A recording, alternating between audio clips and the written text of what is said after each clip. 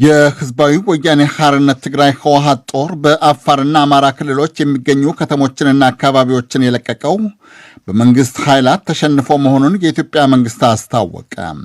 ዩናይትድ ስቴትስ በበኩሏ ህወሓት ተዋጊዎቹን ከሁለቱ ክልሎች ወደ ትግራይ ከሳበ ለሰፊ ዲፕሎማሲ በር ከፋች ነው ትላለች። የዓለም ገንዘብ ድርጅት IMF ኢትዮጵያን ጨምሮ ዝቅተኛ ገቢ ያላቸው የ25 ሀገራት ዕዳቸውን የሚከፍሉበትን ጊዜ በ3 ወር አራዘመላቸው።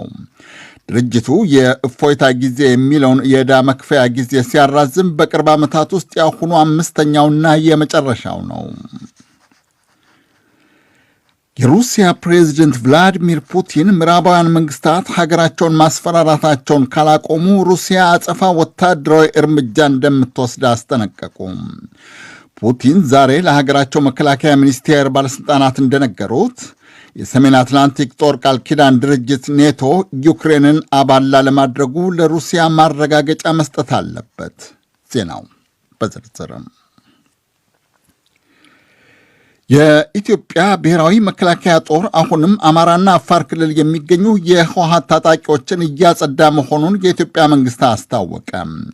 የጠቅላይ ሚኒስትር አብይ አህመድ ጽህፈት ቤት ቃል አቀባይ ቢለኔ ስዩም ዛሬ ለጋዜጠኞች እንደነገሩት የመንግስት ጦር ከሁለቱ ክልሎች ኃይላት ጋር ሆኖ በርካታ አካባቢዎችንና ከተሞችን ከህወሓት እጅ ማስለቀቁን በድጋሚ አስታውሰዋል። ሮይተርስ ዜና አገልግሎት እንደጠቀሰው ህወሓት ከአማራና ከአፋር ክልል ስልታዊ ማፈግፈግ አድርጌያለሁ ማለቱን ቢለኔ ውድቅ አድርገውታል። ቃል አቀባዩ እንዳሉት የመንግሥት ጦር ከሁለቱ ክልሎች ኃይላት ጋር በመሆን በከፈተው ተከታታይ ዘመቻ ህወሓት ይቆጣጠራቸው የነበሩ ከተሞችንና አካባቢዎችን መልሶ ተቆጣጥሯል። ይህ በእንዲህ እንዳለ ህዝባዊ ወያኔ ሓርነት ትግራይ ህወሓት ጦሩን ከአማራና ከአፋር ክልሎች አስወጥቻለሁ ማለቱን ዩናይትድ ስቴትስ እንደምትደግፍ አስታውቃለች።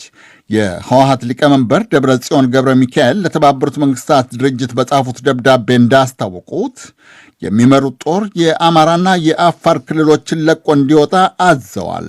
የዩናይትድ ስቴትስ ውጭ ጉዳይ ሚኒስቴር ቃል አቀባይ ኔድ ፕራይስ ትናንት በሰጡት መግለጫ ህወሓት የአማራና የአፋር ክልሎችን እንዲለቅ መንግስታቸው በተደጋጋሚ ሲያሳስብ እንደነበር አስታውሰዋል። ፕራይስ አክለው እንዳሉት የህወሓት መግለጫ ከተረጋገጠ 14ኛ ወሩን ያጋመሰውን ጦርነት በድርድር ለማስወገድ ተስፋ ሰጭ ነው። የዞን ብልጽግናና ዞን አስተዳዳሪ ተነስተዋል። በአዳዲስ አመራሮች ተተክተዋል። ስፋይት We have long, as you know, urged a cessation of hostilities. እንደምታውቁት የህወሓት ኃይል ወደ ትግራይ እንዲመለስ መጠየቅን ጨምሮ ግጭቱ እንዲቆም ለረጅም ጊዜ ስናሳስብ ነበረ። የጠቀስኩት ሰብአዊ እርዳታ ለችግረኞች እንዲደርስ ለረጅም ጊዜ ስናሳስብ ነበር። የሰብአዊ መብቶች ጥሰትና በደል እንዲቆምና ግጭቱ በድርድር እንዲፈታ ለረጅም ጊዜ ስናሳስብ ነበረ። ስለዚህ የትግራይ ኃይላት ወደ ትግራይ መመለሳቸውን በእርግጥ ካየን ይህ የምንፈልገው ጉዳይ ነው። ይህ ስንጠይቀው የነበረ ነው። ለሰፊ ዲፕሎማሲ በር ይከፍታል የሚል ተስፋም አለን። የኢትዮጵያ መንግስትና ህወሓት በገጠሙት ጦርነት በብዙ ሺህ የሚቆጠር ህዝብ ተገድሏል። የተባበሩት መንግስታት ድርጅት እንደሚለው ሚሊዮኖች ተፈናቅለዋል። ከ9 ሚሊዮን በላይ ህዝብ ደግሞ ለአስቸኳይ የምግብ እርዳታ ተጋልጧል። ሴቶች ተደፍረዋል። ሕፃናት አሁንም እየተራቡ ነው። በአማራ ክልል የኦሮሞ ብሔረሰብ አስተዳደር ዞን ምክር ቤት የዞኑን ከፍተኛ ባለሥልጣናት ሽሮ አዳዲስ ሾመ። የአስተዳደሩ የኮሚኒኬሽን ጉዳይ ኃላፊ ጀማል ሁሴን ዛሬ ለዶይቼ ቬለ በስልክ እንደተናገሩት ምክር ቤቱ ባደረገው አስቸኳይ ጉባኤ ዋና አስተዳዳሪ አሕመድ ሐሰንንና በአስተዳደሩ የብልጽግና ፓርቲ ኃላፊ አሚ ሙሄን ሽሯል። በሁለቱ ባለሥልጣናት ምትክ የወሎ ዩኒቨርሲቲ መምህር የነበሩት አሕመድ አሊ በዋና አስተዳዳሪነት፣ የደዋ ጨፋ ወረዳ ዋና አስተዳዳሪ የነበሩት ከድር አሊ ደግሞ የአስተዳደሩ የብልጽግና ፓርቲ ኃላፊ ሆነው ተሾመዋል።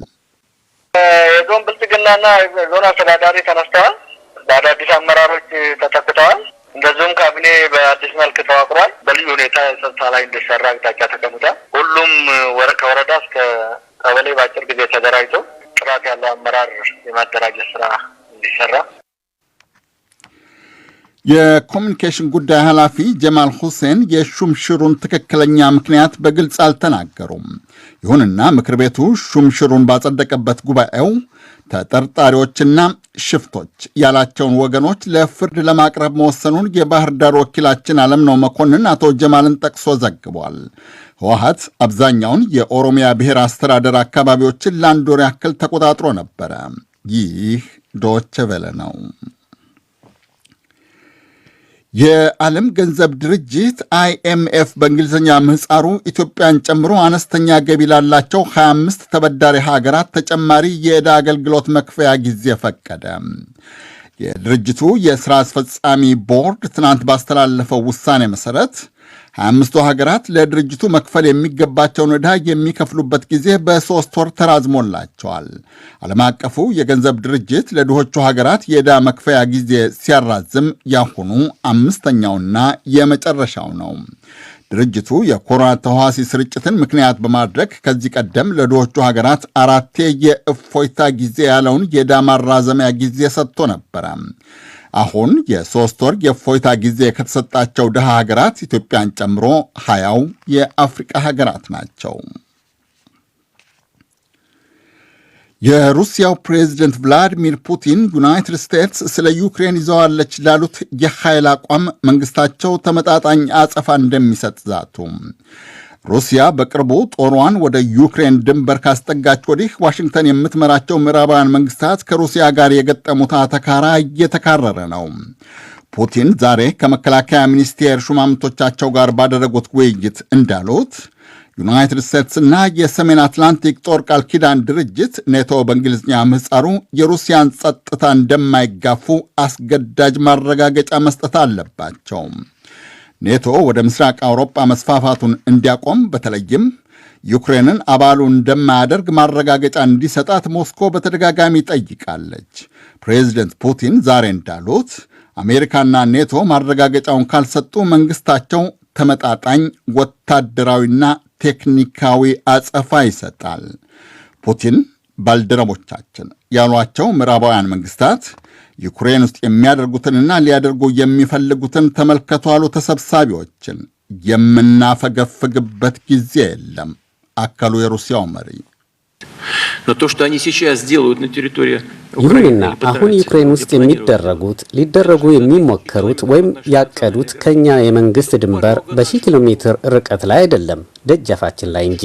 የምናፈገፍግበት ስፍራ እንደሌለ ሊገነዘቡት ይገባል። የኔቶ ዋና ጸሐፊ የንስ ስቶልተንበርግ በበኩላቸው ድርጅታቸው በቅርቡ ከሩሲያ ጋር ትርጉም ያለው ያሉት ድርድር እንደሚያደርግ አስታውቀዋል። ዋና ጸሐፊው አክለው እንዳሉት ከሳምንት በኋላ በሚብተው የጎርጎሪያኑ 2022 ዓመት መጀመሪያ ላይ የሩሲያና የኔቶ ምክር ቤት ይሰበሰባል። የፊሊፒንስን ደቡባዊና ማዕከላዊ ደሴቶች በመታው ከባድ አውሎ ንፋስ የሞቱት ሰዎች ቁጥር ከ375 መብለጡን ባለሥልጣናት አስታወቁም። ባለሥልጣናቱ እንዳሉት ባለፈው ሐሙስ የተለያዩ የፊሊፒንስን ተጫፋሪ ደሴቶች የመታው አውሎ ንፋስ 178 ሰዎች ገሏል፣ በመቶ የሚቆጠሩ አቁስሏል። አውሎ ንፋሱ በዚህ 1000 የሚቆጠሩ መኖሪያ ቤቶችን፣ የስልክና የኤሌክትሪክ ምሰሶዎችንና ዛፎችን ከየስራቸው እየመነገለ ጥሏቸዋል።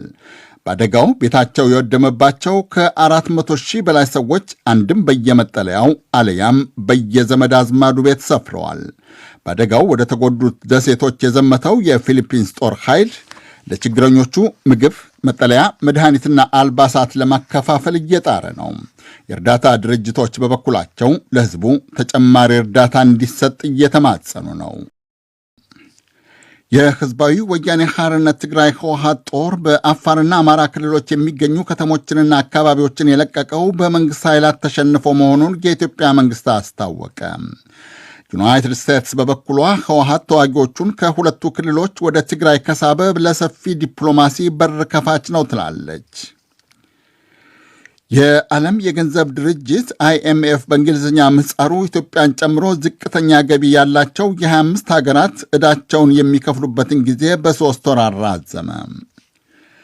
የሩሲያው ፕሬዝደንት ቭላዲሚር ፑቲን ምዕራባውያን መንግስታት ሀገራቸውን ማስፈራራታቸውን ካላቆሙ ሩሲያ አጸፋ ወታደራዊ እርምጃ እንደምትወስድ አስጠነቀቁ። ፑቲን ዛሬ ለሀገራቸው መከላከያ ሚኒስቴር ባለሥልጣናት እንደነገሩት የሰሜን አትላንቲክ ጦር ቃል ኪዳን ድርጅት ኔቶ ዩክሬንን አባል ላለማድረጉ ለሩሲያ ማረጋገጫ መስጠት አለበት። የዜናው መልእክት እስካሁኑ ነበር።